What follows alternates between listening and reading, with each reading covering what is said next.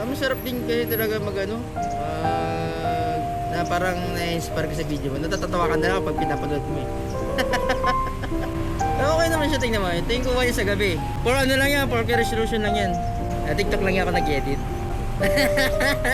Kasi ano lang yan, edit lang yan. Ikaw ba yan?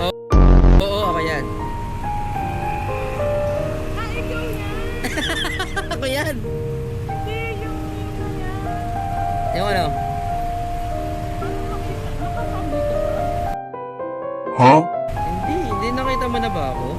Hindi pa ata, ayun ako.